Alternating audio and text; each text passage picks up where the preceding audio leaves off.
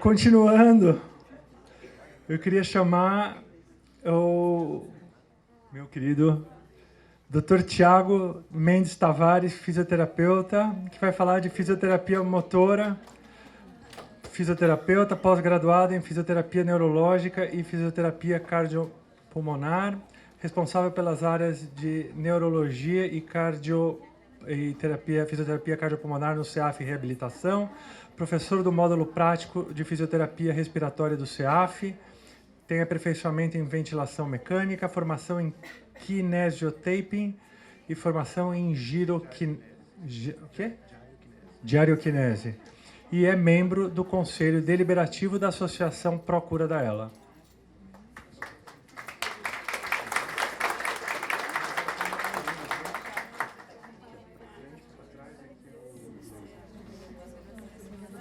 Bom dia, pessoal.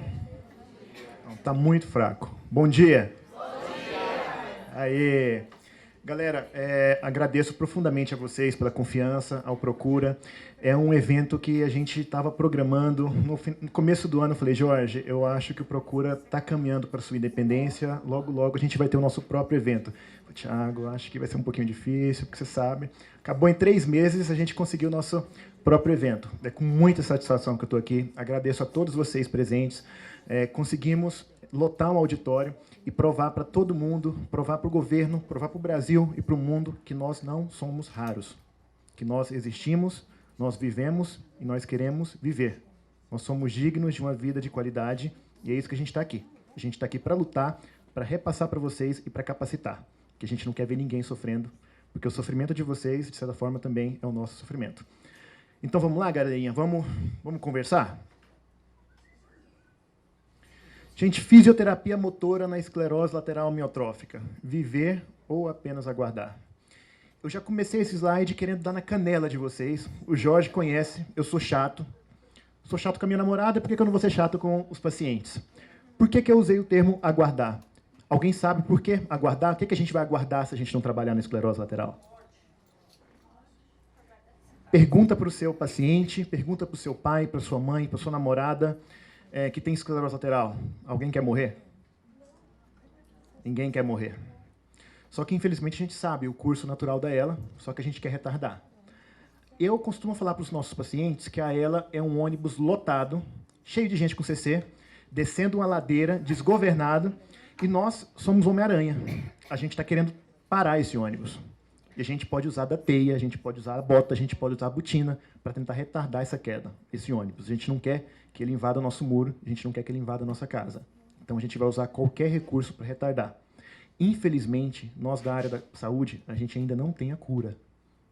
Mas nós temos a tecnologia e Deus está nos dando conhecimento para atuar em cima de vocês. Então a gente precisa de 3 fatores: disciplina, paciência. Alguém tenta adivinhar o terceiro que eu estou pensando?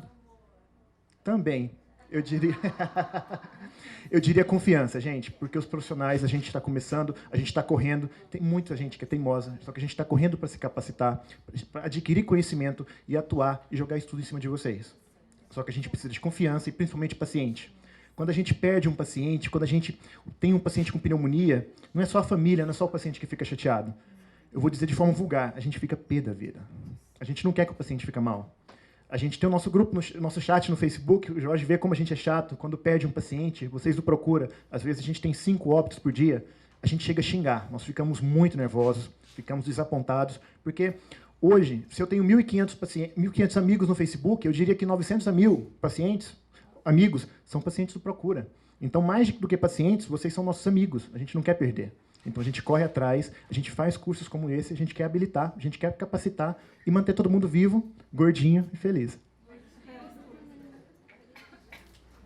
Gente, vamos lá. Todo mundo sabe que a ELA é uma doença progressiva, degenerativa e rara. Por que eu coloquei rara entre aspas? Vocês concordam que a ELA hoje é rara? Gente, está cada dia mais aparecendo paciente. Todo dia vocês veem, a cada reportagem que aparece, igual aquela do bem-estar, tem um boom no Procura. Naquele dia da reportagem do bem-estar, deve ter entrado no mínimo umas 200 pessoas a mais. E a cada dessas pessoas que entram, cada vez mais leiga. Não é só o paciente, às vezes é o profissional também. Eu não diria que é só o médico, não é só o fisioterapeuta, não é só o nutri. A gente tem que correr atrás de conhecimento, a gente está errando. Pior do que errar por não conhecer é querer continuar fazendo errado e não querer correr atrás. Isso é injustificável. Então, a gente tem que correr atrás. Rara, os médicos falam que é rara, só que a gente está vendo que está aparecendo cada dia mais. No nosso consciente, ela não é rara. Porque se eu existo, eu estou vivo e eu não sou raro. Eu não quero morrer. Okay? Ela é caracterizada pela paralisia muscular progressiva, fruto de uma degeneração dos neurônios motores no córtex motor primário, nas vias córtico-espinais e no tronco encefálico e na medula espinhal. No Brasil, existem, em média, cerca de 1,5 casos, até 3, como o Jorge citou no comecinho dele. A gente não tem esse número exato. Como eu estava conversando com uma colega, seria até interessante, o governo às vezes não faz essa ajuda que a gente está fazendo, né, Jorge? A gente, com pouco recurso, a gente acaba fazendo mais do que o próprio governo. A dengue, por exemplo, a gente pega dengue, tem a zika, tem o diabo 4 do mosquitinho chato, é notificado cada caso. Seria interessante se a cada caso de ela que aparecesse, o governo notificasse, a gente fazer esse mapa. Por isso a gente não tem esse número exato, mas a gente sabe que a cada dia mais está aparecendo, não para. Predominância ligeiramente maior em homens. A idade média de aparecimento da ELA esporádica varia entre 55 e 65 anos. Só que a gente está vendo cada dia mais chegando paciente mais novo. Não é não, Marcinha? Paulinha, bem jovem. Outro dia no Hospital das Clínicas eu conheci um que 20 anos também, gosta de... Tá pegando peso ainda, né? Começou agora. Chegou para a gente em Goiânia um rapaz, fisioterapeuta, 23 anos, com suspeita de ELA há 2. Nós tivemos um paciente há alguns anos atrás, infelizmente, um dia antes de eu começar a atendê-lo, ele faleceu. A ELA dele começou com 19 anos. Silvânia, 18 anos de ELA. Quem não conhece, logo, logo vocês vão conhecer esses pacientes. Do mesmo jeito que nós temos subtipos de ELA mais agressiva, que leva a óbito de forma mais cedo, a gente tem pacientes que vivem muito tempo sem tanta sequela. Do mesmo jeito que eu tive um paciente de ELA em Goiânia com 28 anos de ELA, a única coisa que ele tinha era uma pisada torta. Pasmem. Por isso que torna a ELA uma doença tão heterogênea. Você não vai ver, de maneira alguma, nenhum paciente evoluindo de forma igual. Não é receitinha de bolo. Por isso que a gente fica louco da cabeça, porque tem muito profissional da área da saúde fazendo receitinha de bolo. Passando Respiron, passando um monte de coisa, e a doença é heterogênea. Então, você sempre vai encontrar diferenças. Em algum paciente vai começar pela mão, pegar a mão esquerda, braço direito, perna esquerda, braço direito. Então, é sempre diferente. A gente nunca vai encontrar um caso igual. Varia entre 55 a 65 anos o aparecimento, só que a gente não sabe explicar o porquê no Brasil está cometendo esses pacientes de forma mais cedo. A gente tem uma média de um aparecimento de 10 anos mais cedo no Brasil. Então, fora do Brasil, a média é 55, 65. No Brasil, a gente não sabe explicar, está acontecendo cada vez mais cedo. Fator ambiental, alimentação, não sabemos. E o excesso de exercício que já se foi falado sobre? Menina precoce, eu vou te falar daqui a pouco. O excesso de exercício induzindo a ela. Aqueles superatletas. A Paulinha era. O pessoal da Itália, né? Tá bom, vou calar a boca. Eu vou calar a boca. Marcinha, eu vou te tomar uma colher de chá. Existiam artigos por muito tempo que falavam isso, que aquela pessoa que faz muito exercício físico, ela tem uma chance maior. A gente estava conversando sobre o Clayton Conservani, aquele rapaz da Globo que apresenta Planeta Extremo, que a gente ficava até agoniado, um cara com 50 e tantos anos, 55 se não me engano, fazendo exercício, o cara não tem gordura. Hoje já alguns artigos, alguns médicos já desconsideram essa teoria, de que o paciente que faz muito esporte, que tem uma vida muito ativa, tem uma chance maior de ter ela. Então a gente está naquela balança. Tem gente que tem uma vida sedentária. Você já cansou de ver gente que fuma, que bebe, que cai na cachaça, vive 100 anos. Não acontece nada. Do mesmo jeito que tem gente que se cuida, que nunca bebeu, nunca fumou, jovem, com 20 e poucos anos, desenvolve a ELA. Como eu vou explicar isso? A gente não sabe. É a variação e a heterogeneidade da ELA. A gente não consegue explicar isso ainda de forma científica. E a forma bulbar, que é mais comum em mulheres.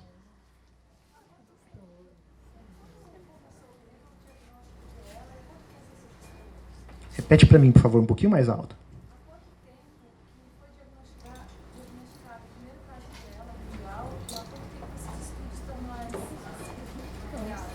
Olha, a ela começou a ser escrita ainda no começo do estudo da anatomia.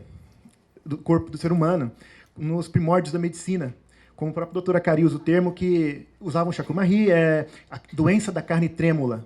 Então, desde os primórdios, já está sendo descrita.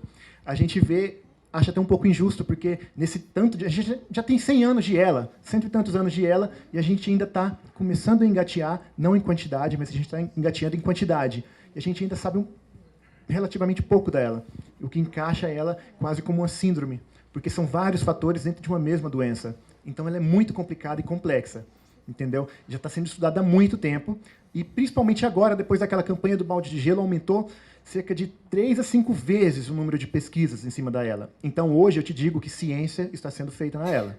Por isso que daqui a pouco eu vou falar para vocês, mantenham-se bem, porque a qualquer hora vai explodir algum medicamento novo. Cabe a nós, da parte da saúde, manter vocês animados. Vamos ficar bem, porque qualquer hora explode. Como eu falei no simpósio do ano passado, que estou louco para o Jorge me ligar 3 da manhã, Tiago, chama a cura. Vai ser o maior porre da nossa vida, se Deus quiser. Mas para isso, gente, tem que estar todo mundo bonitinho, cheirosinho e gordinho. Tem que estar bem para chegar lá, entendeu?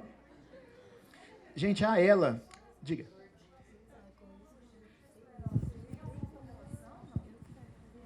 Tem alguma correlação dos outros tipos de esclerose? Não, completamente diferente. É totalmente Até única. o termo esclerose lateral amiotrófica, esse nome esclerose está caindo por água abaixo. A gente está chamando de doença do neurônio motor. Foi, entre aspas, apelidada de esclerose justamente nos primórdios da medicina, no começo do estudo da anatomia, pela atrofia que ela causava. Eu não diria nenhuma relação, mas o nome esclerose está caindo porque não tem justamente essa relação da esclerose lateral com a amiotrófica. É bem diferente. Bem diferente. O aumento dos sintomas da ELA nas alterações térmicas. Vocês viram que São Paulo hoje está fria, Curitiba também está bem frio. O paciente de ELA ele fica bem mais rígido. O paciente de ELA não foi feito, ele não gosta de frio. Ele vai travar a musculatura. Se ele não aumentar a ingestão de água, ele vai ter um ressecamento. A nossa fono, a nossa nutri, sabe como o frio é ruim para esses pacientes, fica tudo mais difícil. E até mesmo não é ditado. Ai, menino, sai daí que você vai pegar pneumonia. Mas no frio a chance é um pouquinho maior mesmo. A gente tem que se resguardar a nível muscular e nível funcional. Okay? Então, para o paciente, existe um monte de alterações térmicas, principalmente no frio. Agora, eu digo para vocês também que o calor, eu não diria que o calor é muito benéfico, mas o calor é mais positivo para vocês. O funcionamento muscular, a disposição aumenta um pouquinho no calor. Para a gente que não tem ela, o frio é gostoso, o frio é bom para moda, a gente vai tirar nosso casaquinho, mas para quem tem ela é um pouquinho mais complicado. A fraqueza e a atrofia muscular nos pacientes de ELA é completamente assimétrica.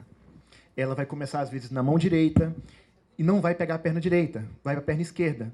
Talvez, em uma fase mais avançada, possa ter uma simetria. Ah, e agora estou perdendo os 2 braços. Ok, talvez. Mas é muito heterogêneo. Você não vai ter... tem gente que tem ela que começa já na parte bulbar. Tem gente que tem a ela apendicular, começa pela perna e continua mexendo o braço. É muito variável. A gente não consegue dizer com exatidão e colocar isso numa matemática. Se fosse matemático, seria até mais fácil de tratar, mas não é. Isso torna cada paciente, cada indivíduo, mais particular ainda. Tiago, então a bulbar, então não tem nada a ver, tipo, como a bulbar, né, ataca mais assim.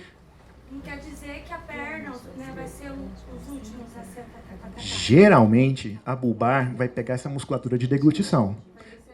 Justamente, e depois braço e perna. Mas eu já tive pacientes que têm ela bulbar, começou a pegar a parte bulbar e depois a perna quase que ao mesmo tempo. Varia muito.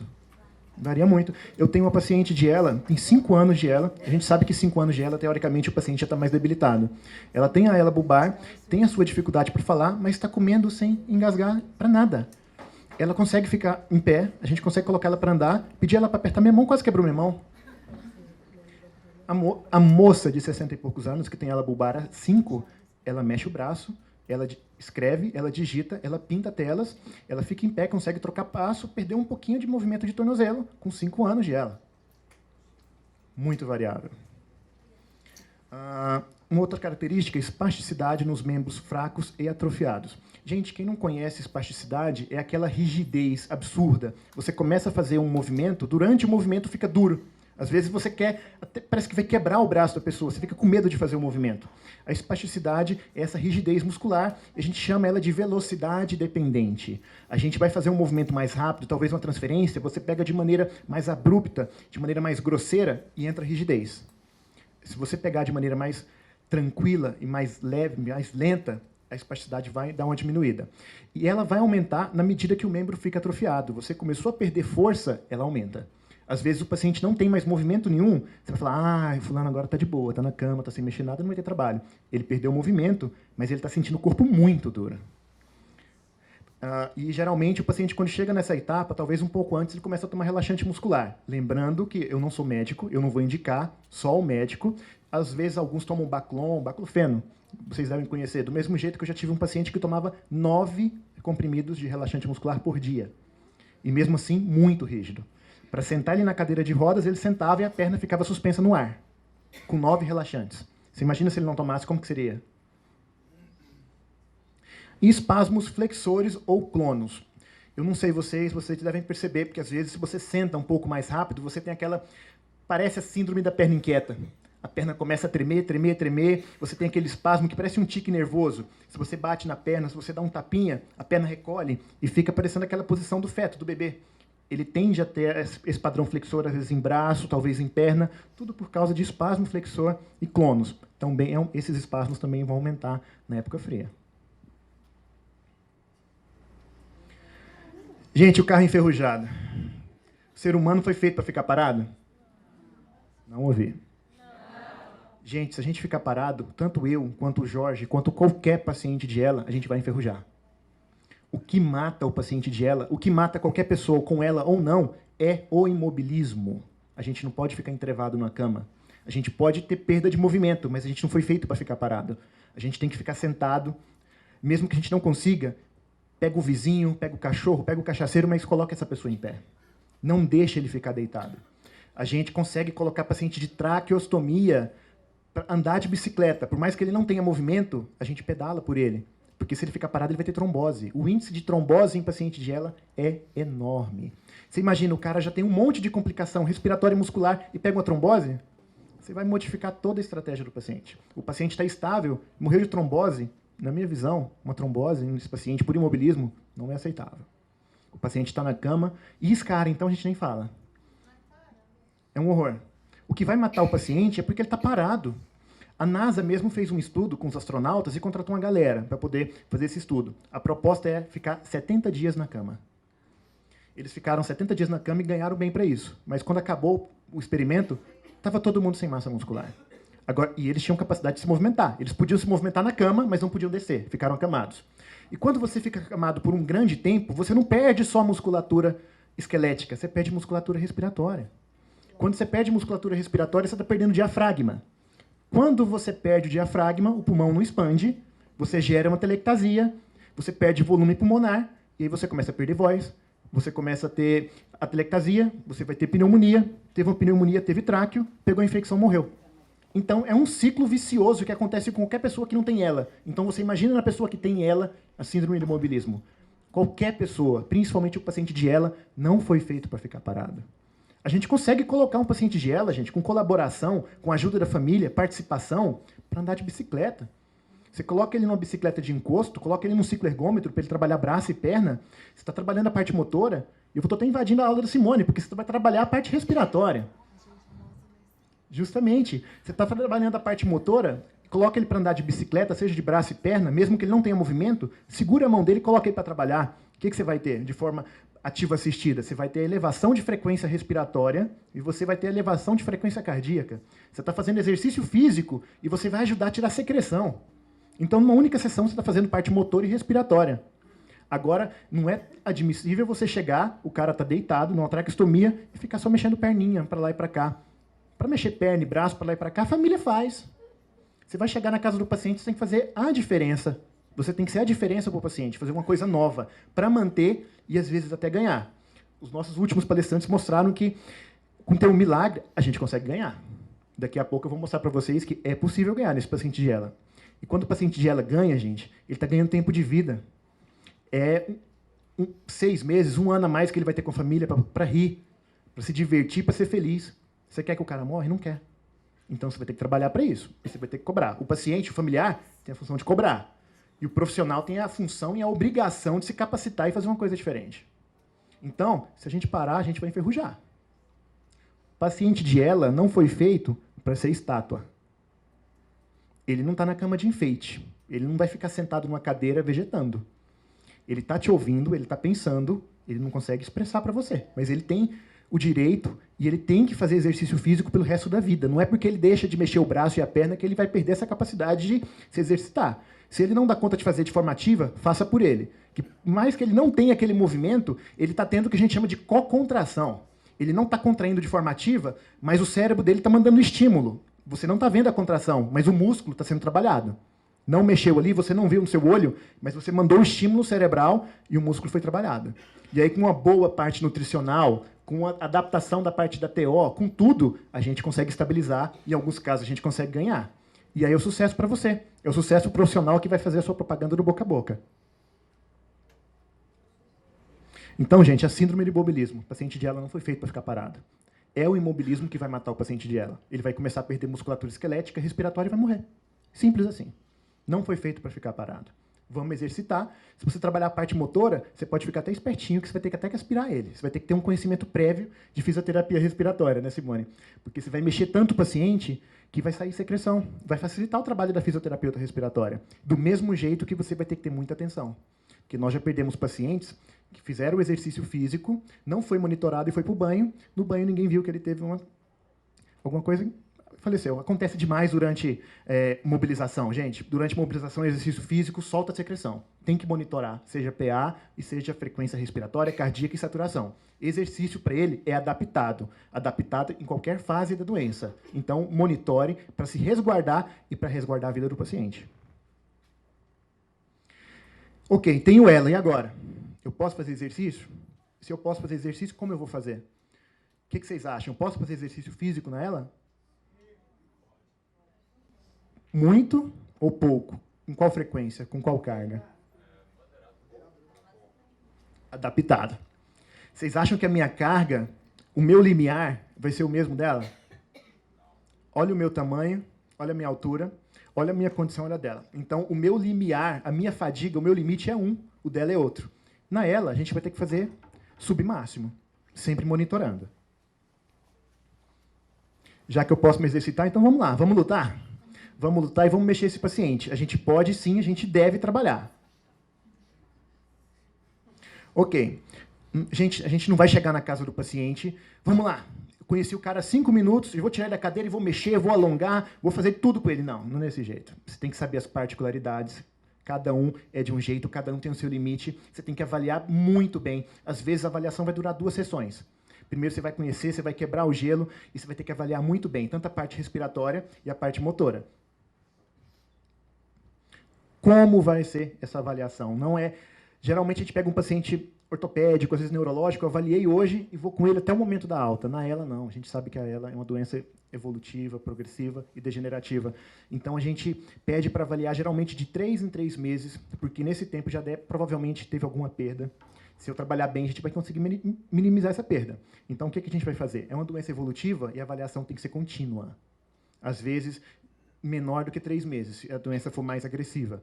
Por que ela é contínua, a gente já sabe. A doença vai evoluir. E a avaliação ela é contínua, eu vou ter que mudar a minha conduta, eu vou ter que readaptar. O paciente de ELA, ele é limitado. Não adianta eu querer que ele se adapte à minha conduta, ele não vai dar conta, às vezes. Você acha que eu vou ter que adaptar o paciente ao mundo? Eu vou ter que me adaptar à realidade do paciente. Senão eu vou matar o paciente. Eu não quero chegar lá no paciente, fazer exercício e fazer com que ele saia mais cansado do que ele chegou na sessão. Eu não posso gerar cansaço.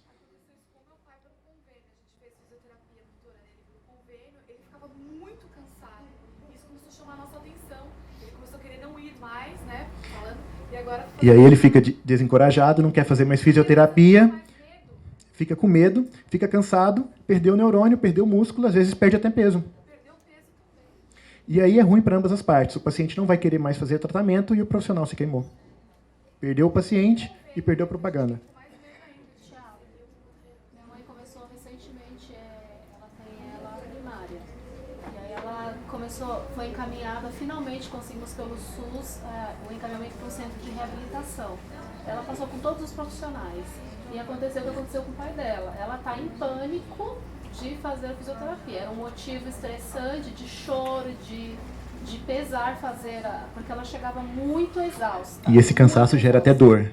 Exatamente, as dores pioraram. Justamente. A perda de massa muscular por si só já causa dor. Os próprios profissionais falavam, olha, a gente vai fazer o que a gente pode, tá, mas eu não disse que a gente tem conhecimento, a gente vai tentar. E assim, ela parou. Semana passada ela falou, filha, me desculpa, mas eu vou desistir, eu não quero mais. A Simone sabe, a gente tem que cuidar também da parte respiratória durante o exercício. O paciente que não ventila bem, ele não vai oxigenar a parte muscular e não vai render durante a sessão. Então, o que a gente faz? O número de séries, às vezes, a gente tem que diminuir, o número de repetições a gente diminui e a gente aumenta o intervalo de uma execução para outra. E eu, particularmente, durante esse intervalo, eu vou fazer um pouco do ambu. Eu vou descansar o paciente. Eu não me interesso o paciente cansado, eu não posso deixar ele cansado. Se ele cansou, eu encerro a sessão. A gente fica vendo esses protocolos prontos, essas receitas de bolo. A sessão do paciente tem que durar 45 minutos. Às vezes não vai. Chega com meia hora, o paciente já está cansado. Ele já está chegando no limite. Por isso que a gente usa escala. De 1 a 10, o que o senhor acha que está cansado? De quanto de 1 a 10? Só que até a escala é subjetiva. Porque agora ele começou e não está cansado. Você fez um exercício um pouco mais exaustivo, ele já está no 10. E aí ele começa a perder. Tem alguns estudos hoje, gente.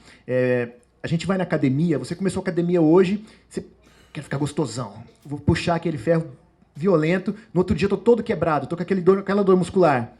Pega o paciente de ela e multiplica isso por 10. É mais ou menos isso. Quando a gente fica com dor muscular, a gente vai para a academia, o músculo, quando ele contrai, ele gera, entre aspas, o lixo, que a gente chama de lactato, né, Simone? Esse lactato é o que gera o cansaço e que gera aquela dor muscular na gente. Só que no paciente de ela, é pior. Você vai fazer o exercício, ele vai se cansar antes, e esse lactato que ele produziu vai ser nocivo ao neurônio e vai matar o neurônio. Mas o paciente de ela aprende também a dar o limite. Justamente. Você tem que usar ele como feedback. Ele vai falar, e aí, só está cansado? Ele nunca vai te dizer que está cansado, às vezes. Ele vai falar. Tem muitos que falam assim. Agora tem muito paciente de ela que vai te dizer, não, vai lá, chega o cacete, vamos fazer mais. Gente, você vai ter que ser chato, você não vai poder respeitar o gosto dele, infelizmente. Porque ele vai falar que não está cansado porque ele quer provar para você que tem capacidade. Ele quer provar para ele que ele tem capacidade e ele não vai admitir que está cansado. E aí, se você confiar nele, você vai fazer ele perder. Queria me perguntar, Adriana? Assim, o grande problema é que tem poucos profissionais capacitados. Tem muita gente que não tem noção, que trata inadequadamente o portador. E aí acelera nesse processo. A gente já viu alguns casos no Procura de paciente que contrata personal trainer e vai para a academia fazer leg press com ela. Até no começo da doença, aquela dificuldade em diagnosticar, o paciente acha que tem um problema na coluna, que ele está com uma polineuropatia. Só que, na verdade, ele já está com ela. Já peguei muito paciente que chega para a gente que demorou 1 ano, 2 anos para ser diagnosticado, achou que tinha problema na coluna e foi fazer hipertrofia. E aí, durante esse trabalho hipertrófico, ele perdeu mais. Já perdeu, às vezes, vulgarmente falando, perdeu 1 ano de vida. Porque ele já chegou para você debilitado, não pelo seu trabalho, mas pelo trabalho que foi feito errado, porque o diagnóstico não foi correto. Então, até a imprecisão no diagnóstico vai fazer o paciente perder. Porque ele vai achar que tem uma coisa e vai fazer outra. Mas mesmo com o diagnóstico certo... Tem gente que faz hipertrofia, muito. Vou te mostrar, tem sim. Tem gente que faz caneleira, tem gente que faz academia, tem gente que compra plataforma vibratória para poder ficar em pé, tem gente que fez. Sabe aquele choquinho que coloca na coxa, precisa com a corrente russa? Tem gente que faz aquilo, e aquilo é pior que a musculação. Porque aquilo vai contrair a sua musculatura de forma seletiva, que gera uma fadiga maior ainda. Então, é aquela coisa. Tem um paciente de 20 e poucos anos com ela e tem um paciente de 50. O conceito de força é diferente. Daqui a pouco eu vou chegar lá e vou te mostrar esse conceito de força. Não é quantidade, é a qualidade com que você realiza um movimento para levantar determinada carga. E aí, o paciente de 20 e poucos anos que tem ela, ele tem musculatura, talvez ele vai conseguir fazer um trabalho hipertrófico e não vai se cansar tanto. Mas até que ponto isso vai ser benéfico para ele? A gente não sabe. Talvez ele vai perder força mais rápido. Thiago, a minha tia, quando ela faz algum esforço em casa, assim, ela fica com aquela sensação de uma arritmia. Isso é normal? É devido ao esforço? Provavelmente, ela está perdendo força muscular. E aí, o esforço que ela faz para fazer uma tarefa, para fazer essa tarefa dela, eu não tenho ela, eu não vou me cansar. só que ela já perdeu massa muscular, então o esforço dela é maior, ela vai fadigar a musculatura mais rápido, e ela vai elevar a frequência cardíaca, vai precisar de um trabalho respiratório maior, o diafragma vai trabalhar mais rápido e ela vai entrar em fadiga. Então, para fazer esse trabalho, ela começa a perder até a musculatura respiratória. Ela levantou, ela agachou para levantar uma carga, ela levantou essa carga e colocou, ok. Ela conseguiu funcionalidade. Mas a que ponto que ela conseguiu a funcionalidade? Ela gastou muito para fazer uma tarefa baixa e se desgastou. Não perdeu sua musculatura de braço, mas como também desgastou a parte respiratória. Conseguiu entender? Esse que é o revés. É aquilo que falaram aqui hoje. A gente está andando em cima de um muro. Se a gente não fizer exercício, a gente perde. Só que se a gente fizer em excesso, a gente também perde. Então é uma balança. Por exemplo, uma pessoa que não sabe se tem ela, não sente nenhum sintoma, entra numa academia para ganhar massa muscular. E aí, de repente, se ela continua sempre conseguindo pegar mais peso e evoluindo, é um sinal de que essa doença não existe, não vai se manifestar. Se ela começar a perder aquela força, aí pode ser um sinal? Não necessariamente. Aí que tá. A outra pergunta é porque assim, tem a perda de peso, mas como você está numa academia, você perde gordura, então fica difícil saber se você está perdendo a massa magra, a proteína ou a gordura. Mas aqueles próprios exames que a academia faz, que mede a massa magra, poderia ser um referencial para a pessoa saber que ela tem que se preocupar com aquele exercício ou ela pode continuar fazendo? Essa pessoa que você está me falando, essa pergunta, ela está na academia, ela já tem a suspeita de ela? Ela teria a suspeita de ela? Como que é o seu... Eu sei que é o exemplo, mas você acha que essa pessoa já teria suspeita? Um exemplo, assim, a minha mãe tem ela. Né? Então, de repente, pode ser que eu também tenha futuramente e eu não sei. Não tem nem mais só minha mãe. Não é assim. Não, mas a minha dúvida é exatamente isso. De repente eu entro numa academia e... Está se desgastando com a chance de ter ela no futuro? Não. A sua chance de ter ela é a mesma que a minha. Entendeu? Aí... Não tem como saber. Não. Justamente, a gente não tem como... A gente não tem marcador para saber se você vai ter no futuro.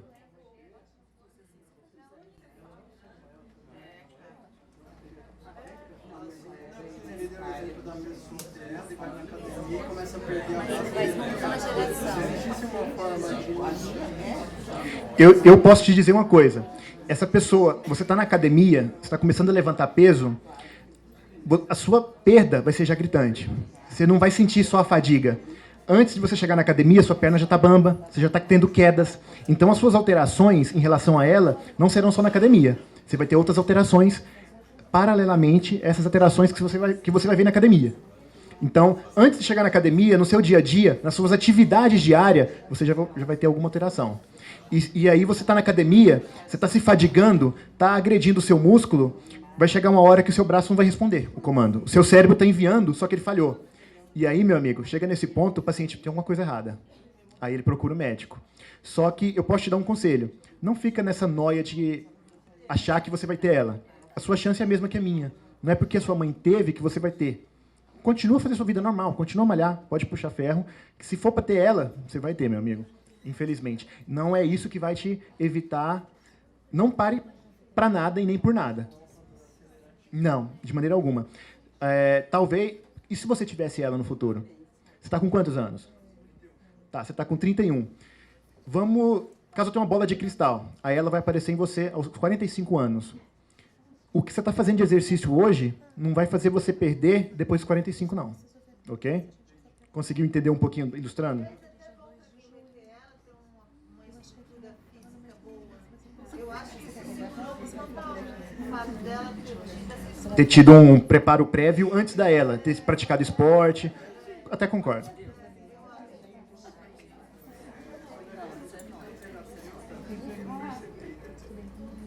Existe muitos fisioterapeutas preparados para a doença e acabam prejudicando o estado do paciente. É possível o próprio cuidador ter um papel mais ativo nessa fisioterapia junto do profissional para impedir esses excessos que levam à fadiga? Cara, fisioterapia é para fisioterapeuta. Porque além de você ter que conhecer o exercício, você vai ter que conhecer da fisiologia da doença durante o exercício. Porque você vai fazer exercício, você não sabe o porquê, entendeu? Seria uma coisa técnica e não fisiológica. Você tem que raciocinar em cima da doença e da doença naquele paciente. Ok? Então, a gente vai ter que achar alguém habilitado. Porque se eu treinar fisioterapia para o cuidador, chega uma hora que ele pode fazer algum erro. Ele fez tudo certo, mas quando ele errar pela primeira vez, ele vai comprometer tudo.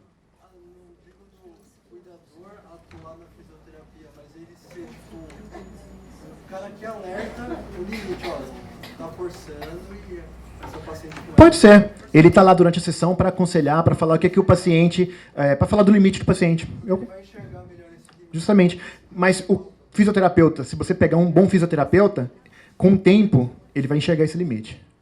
Ok? Se ele não enxergar, meu amigo, troca. Do paciente, o paciente que já está há algum tempo, ele fala. Ele fala, porque se continuar errado, ele vai perder. Aí vai ser problema para ele.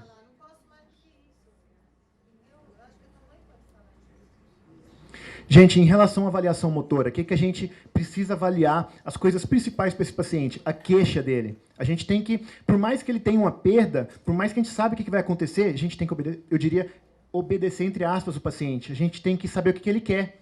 A gente sabe que é uma doença evolutiva, mas, entre aspas, o que o senhor quer ganhar? O que o senhor quer manter? O que é mais importante ser preservado no senhor? O cara gosta de tocar piano, o cara gosta de trabalhar com as mãos, é um artista, ele não pode perder o movimento do braço porque ele gosta de pintar, então vou cuidar da parte respiratória e vou trabalhar a parte motora para manter aquilo.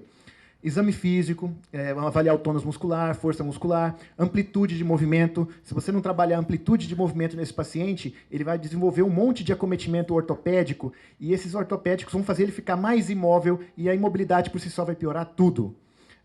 Fadiga, que a gente já acabou de discutir aqui, tem que saber avaliar. Existem escalas próprias para avaliar a fadiga. E a dor. A dor é muito incapacitante nesse paciente e quando ele não consegue se comunicar, como a gente vai avaliar essa dor? Então, a gente já tem que saber avaliar essa dor enquanto ele começa a se comunicar e observar os sinais clínicos que o corpo dele vai emitir, porque quando ele não conseguir mais se comunicar com você, você vai saber, vai tentar imaginar se ele está com dor ou não.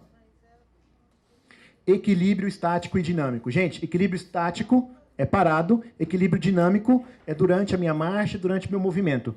Toda essa perda de equilíbrio é um preditor de evolução da doença. Então, a gente tem que estar sempre marcando, avaliando isso, porque na medida que ele começa a perder, opa, a doença está evoluindo.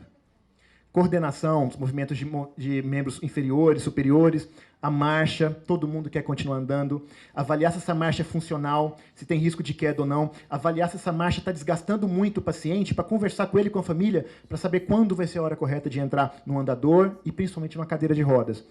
Infelizmente, eu vou ser chato. Olha, seu fulano de tal, a sua marcha está te cansando muito e é risco de queda. O que o senhor acha da gente experimentar uma cadeira de rodas? A gente tem que saber até esse momento certo. A avaliação postural, existe muita escoliose no paciente, cifose. E acreditem, um paciente com escoliose tem pneumonia por causa da coluna. O cara está tão torto, jogando tanto para um lado, que o meu pulmão que começa a fechar, gera uma telectasia e cai na pneumonia. Então, a postura é muito importante nesse paciente. Atividade de vida diária, tudo aquilo que ele gosta de fazer. Tônus muscular, já falei para você, avaliar o estado de tensão. Na ela é mais comum a hipertonia. Força muscular, a gente pode avaliar constantemente a cada 3 meses, um dinamômetro, é um parâmetro de evolução da ela, perda de força. Avaliar por grupos musculares e suas funções, quadríceps, braço, o que ele está perdendo. Na medida que ele vai perder força, ele começa a perder função.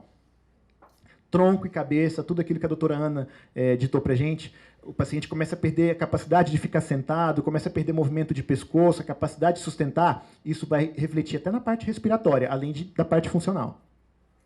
Amplitude de movimento, avaliar sempre constantemente o movimento articular, verificar se existe ou não deformidade, porque gera dor, a gente não pode deixar chegar na deformidade.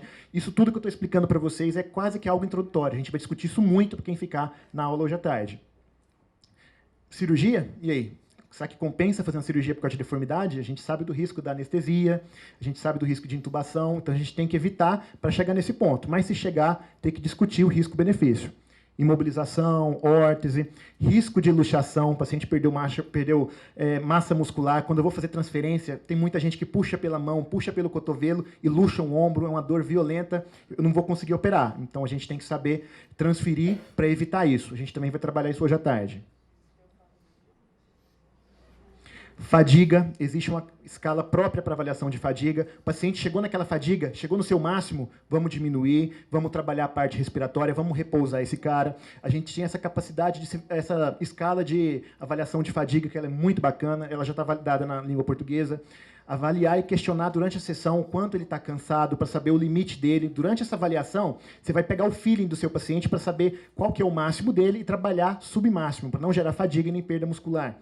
Pode influenciar negativamente a parte muscular e respiratória. Você cansa muito o seu paciente, joga a frequência respiratória lá em cima, ele começa a degradar o diafragma, começa a fazer uso de musculatura acessória para respirar, começa a contrair pescoço e ele começa a ter perda.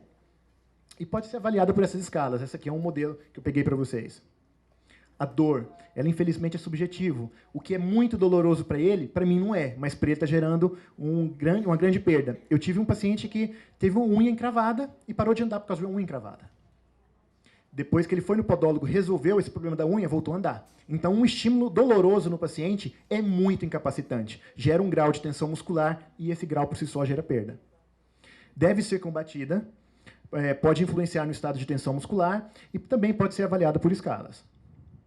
A marcha, observar desde o primeiro contato, porque a avaliação da marcha, gente, ele vai mudar a marcha ao longo da trajetória da doença. Ele chegou para você andando perfeitamente. Depois de um tempo, ele começa a perder a musculatura daquilo que a gente chama de canela. Ele não vai conseguir levantar o pé e ele começa a já arrastar. Depois de outro tempo, ele começa a encurtar, começa a fazer inversão de tornozelo, começa a cair, começa a se cansar mais. Até quando essa marcha vai ser funcional? A gente tem que saber avaliar a funcionalidade de marcha e indicar no momento certo o dispositivo de auxílio de equilíbrio para evitar a queda. O gasto energético, às vezes, ele consegue andar, só que o gasto é muito grande. Será que vai compensar? E mesmo que seja uma marcha complicada, com compensações, pode ser benéfico, porque eu preciso manter ele em pé. A postura em pé, ela é benéfica, ela é positiva e é a postura mais nobre que existe no corpo. A gente é bípede, a gente não foi feito para engatinhar.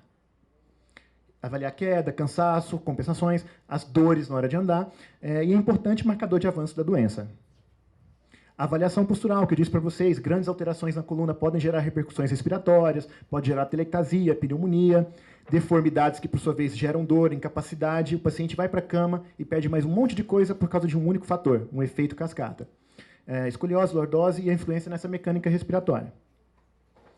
Quais os objetivos da fisioterapia motora na ELA?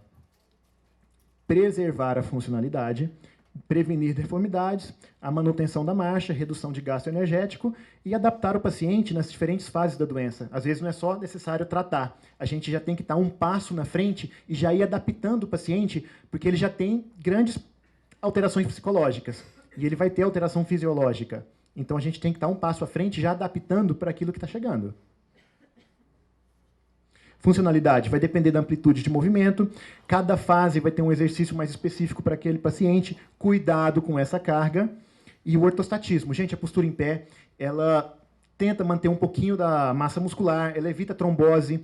Intestino, eu tive um paciente que ficou sem evacuar 15 dias. Fez uma distensão abdominal enorme, essa distensão abdominal pressionou o diafragma, não conseguia expandir, e teve uma insuficiência respiratória, quase foi a óbito, porque não ficava em pé, e fez fecaloma. E aí me pediram para ir na casa, colocamos o paciente em pé, já era traqueostomizado, monitoramos tudo para evitar qualquer acometimento durante a sessão. Colocamos ele em pé, fizemos a parte motora, que influenciou na respiratória, um pouquinho de abdominal na prancha ortostática, eu fui para casa, no outro dia liguei, e aí, melhorou? Ele soltou todas as fezes que estavam presas no intestino. 15 dias sem evacuar. Faria fecaloma, e ele quase teve uma parada porque não evacuava, porque não estava ficando em pé. Simples assim. Prevenção de deformidades, a gente usa o ortostatismo, principalmente para os pés, órteses, para pé e para mão. A importância da manutenção da marcha, que é fazer um treino de marcha com fisioterapeuta ou terapeuta para evitar essas deformidades, uso de bengalas ou andadores. E também, gente, não deixa de ser um treino aeróbico, porque ele está trabalhando o coração, trabalhando o pulmão, a parte cardiovascular e prevenindo trombose. Técnicas de redução de gasto energético, adaptar a rotina, ambiente, adaptar a casa e programar o descanso. Olha, o senhor já fez o seu exercício físico, hoje fez a sua sessão, agora vai para o BIPAP e descansa um pouco. Adaptações, observar as dificuldades do paciente e fazer adaptação por causa de cada dificuldade e observar o layout de qualquer atividade do paciente, adaptar as atividades e todo aquele ambiente que ele convive. Ok. Tenho ela. Se eu ficar parado, vou perder força. Só que se eu pegar peso, também vou perder força. E agora? A gente está naquele dilema, a gente está no muro. Se eu fizer uma sobrecarga, eu vou perder força, eu vou sentir dor. Se eu ficar inerte, eu vou entrar na síndrome do imobilismo e vai acontecer toda aquela cascata. O que eu vou fazer? É o dilema da carga. A gente tem que conhecer o paciente, avaliar muito bem, conhecer o máximo dele, trabalhar de forma submáxima e complementando com a fisioterapia respiratória, descansando no ambu, por exemplo. Essa carga na ELA. Redefinir o termo fortalecimento. Gente, infelizmente na ELA, a gente não pode usar muito o termo fortalecimento, porque é muito difícil a gente ganhar massa muscular. A nossa Nutri aqui falou, a gente ganha como se fosse uma pseudo-hipertrofia. Aquela gordura, às vezes, vai para a panturrilha, vai para o braço, só que você vai avaliar, não é músculo, é gordura. E o conceito de força é diferente. Olha o meu tamanho na hora do Schwarzenegger. Às vezes eu posso ser mais forte do que ele, porque o meu esforço para levantar determinada carga é menor do que o dele. Então, a gente avalia a qualidade de uma contração e não a quantidade daquilo que eu levanto. Os exercícios físicos durante toda a vida do paciente, esteja ele intráqueo, inerte ou ele ativo, a gente vai sempre fazer exercício com ele, só que de forma adaptada e respeitando o limite. Todo paciente tem suas particularidades, adaptações, limitações, e encontra-se um estágio diferente da doença. Então, sempre adaptado para cada fase. O exercício deverá ser terapêutico e não hipertrófico. Se esse paciente tivesse um AVC, eu levaria ele para a academia e arrebentar ele de fazer exercício, para ele ganhar aquele músculo que ele perdeu. Só que ele tem ela, poxa, eu não vou poder levar ele para a academia. Eu vou fazer terapêutico, eu vou fazer uma coisa para manutenção. E aí a parte nutricional, a parte de fono, todo mundo vai me ajudar a manter. Se eu conseguir ganhar, ótimo. A fisioterapia motora vai depender da parte nutricional, respiratória, e não tem como objetivo causar fadiga, e nem pode. Respeitar um intervalo entre uma repetição e outra e trabalhar a parte respiratória para descansar. Já estou acabando, Jorge. Cargas excessivas podem facilmente induzir lesões, dores, parte tendínea. Exercícios bem realizados, com carga correta e que respeitem um determinado intervalo de recomposição muscular, vão auxiliar na manutenção da função. Ou seja, quando bem feito, a gente consegue retardar a perda desse paciente. A importância do ortossatismo. Já falei aqui para vocês, tudo aquilo que a gente consegue prevenir e até ganhar. Diafragma, na minha visão, gente, junto com o coração, é o músculo mais importante do corpo. É ele que vai manter esse paciente firme, forte e respirando bem.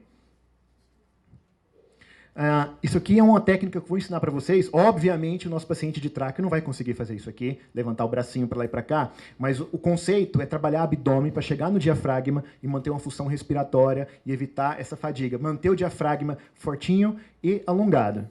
À tarde, a gente vai trabalhar bem isso. Depois eu te mostro. Diafragma, gente, fraco ou pouco flexível, vai gerar dor na musculatura abdominal. Que paciente de ELA aqui teve ou tem cãibra na barriga? Alguém já teve? Gente, cãibra na barriga, às vezes, é um diafragma que está travado. Você vai apalpar o diafragma do paciente, ele está duro, igual uma parede. E aí você vai trabalhar, igual a mandioca da Dilma. Você vai colocar para rodar, para soltar essa musculatura, manter ele forte, alongado. Musculatura, movimentos giratórios vão beneficiar muito esse paciente. Vai gerar dor na musculatura abdominal, ele vai ter uma sobrecarga respiratória, fasciculação, vai começar a perder esse músculo e, consequentemente, a parte respiratória. Isso aqui é um caso interessante. Uma paciente que a gente já está atendendo há 1 ano e pouco, ela colocou um marca-passo diafragmático, às vezes usa, às vezes não, e quando ela chegou para a gente, ela estava com 44% da CVF. Já era hora de colocar uma gastro e, teoricamente, estaria com a parte respiratória já em queda. A gente começou a trabalhar essa parte motora, trabalhando muito diafragma, abdominal adaptado e trabalhando ambu. A gente sabe que, infelizmente, o paciente de ELA tende a cair essa CVF, até o ponto de entrar na tráqueo. Quanto mais a gente conseguir manter, maior o tempo de sobrevida e qualidade. Espirometria. Isso, aquele exame. Então, isso aqui foi mais ou menos 1 ano, um pouquinho atrás. Teoricamente, hoje, deveria ter reduzido. Agora, ela estava em 40 e poucos %, está para 70%.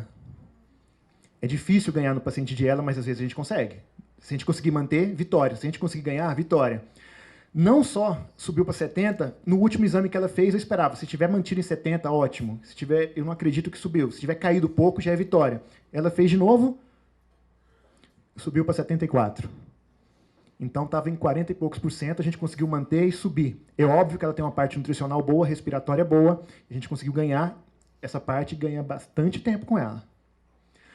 Gente, a falência da fisioterapia motora, não basta só trabalhar o paciente, tem que orientar. A falência, na minha opinião, o que é? Isso aqui, ó. Chegar nesse ponto, por falta de mobilidade, porque só fica deitado. Isso aqui mata. Todo mundo sabe, isso aqui causa infecção. Não pode. Como evitar? Ortostatismo, mobilizar, aliviar a ponta de pressão, colchão, alongar e principalmente orientar o paciente, porque o fisioterapeuta não vai estar 24 horas com a família. Polêmica. Se eu estou ficando fraco, perdendo força cada dia mais, é correto eu usar o FES? Gente, o FES é aquele choquinho. A gente tem 2 tipos de choquinho na fisioterapia. O para aliviar a dor e para fortalecer. Eu falei para vocês no início, o FES ele vai fortalecer, ele vai contrair de forma mais seletiva e vai gerar uma sobrecarga e fadiga muscular, porque ele é muito mais seletivo. Tem gente que vai para academia, paciente de AVC que não consegue movimentar, a gente coloca na coxa, ele causa uma contração e levanta peso, de tão forte que ele é. No paciente de ELA, esse tipo de corrente, não. Isso aqui é para causar hipertrofia e eu não posso usar. Então, FES, não. O TENS, que é para dor, podemos usar. Aí, tenho dor articular e lombar, posso usar o TENS? Essa é a diferença. Esse choquinho para aliviar a dor, ele pode usar. O FES, que é para fortalecer, não pode. Sim, posso usar, porque é para aliviar a dor. Estresse e labilidade emocional podem afetar a parte física. Fizemos uma vez uma festa surpresa com um paciente de ELA nosso, colocamos ele, a família toda na sala. Quando abrimos a porta, ele viu a família, foi uma emoção boa. Acontece também com emoção ruim. Seja emoção boa, emoção ruim, a gente vai somatizar e vai cair na musculatura. Ele viu a família todinha na festa surpresa, ele travou. Precisamos de 4 pessoas para colocar ele no braço. Ele não conseguiu andar, por causa de emoção boa. Emoção ruim também gera isso. Como que a gente vai fazer para evitar isso? A gente procura, às vezes, um psicólogo, um psiquiatra, a gente entra com a parte medicamentosa, mas o mais importante, tanto para paciente e cuidador que a gente está aqui, amigos, é ser feliz. Cuidar desse paciente, trabalhar a cabecinha e trabalhar a nossa. Se a gente não se cuidar, a gente não consegue cuidar desse paciente. Ok? Galerinha, obrigado. Obrigado pela confiança, obrigado pelo acompanhamento no Procura. Antes de terminar, vou passar um filmezinho rápido. Eu recolhi algumas fotos que eu pedi para vocês no Facebook. A primeira surpresa, a gente fez esse banner. A segunda vai ser exibida num filminho agora para vocês, ok? Obrigado.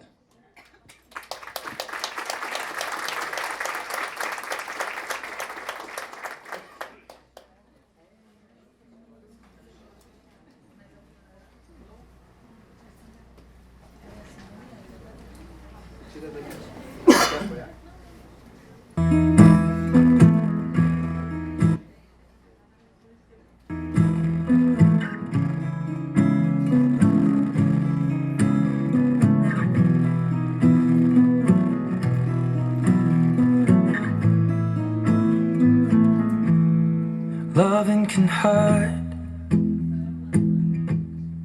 Loving can hurt sometimes, but it's the only thing that I know. When it gets hard, you know it can get hard sometimes. It is the only thing that makes us feel alive. We keep this love in a photograph. We made these memories for ourselves, where our eyes are never closing, our hearts are never broken, and time's forever frozen still. So you can keep me inside the pocket of your ripped jeans, holding me closer till our eyes meet. You won't ever be alone. Wait for me to come home. Loving can heal. Loving can mend your soul. And it's the only thing that I know. I swear it will get easier. Remember that with every piece of you. And it's the only thing we take with us when we die. We keep this love in a photograph. We made these memories for ourselves, where our eyes are never closing, hearts were never broken, time's forever frozen still. So you can keep me inside the pocket of your ripped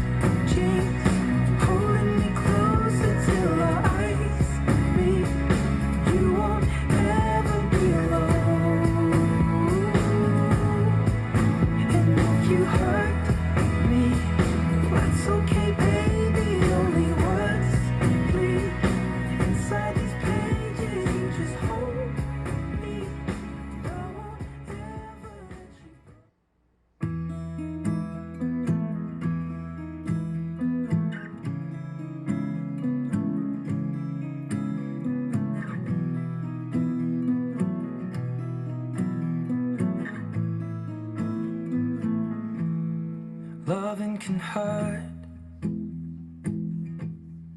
Loving can hurt sometimes, but it's the only thing that I know.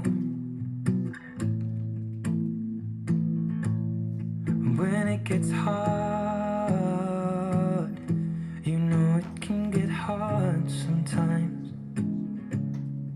It is the only thing that makes us feel alive. We keep this love in a photograph. We make these memories for ourselves, where our eyes are never closing, our hearts are never broken, and time's forever frozen still.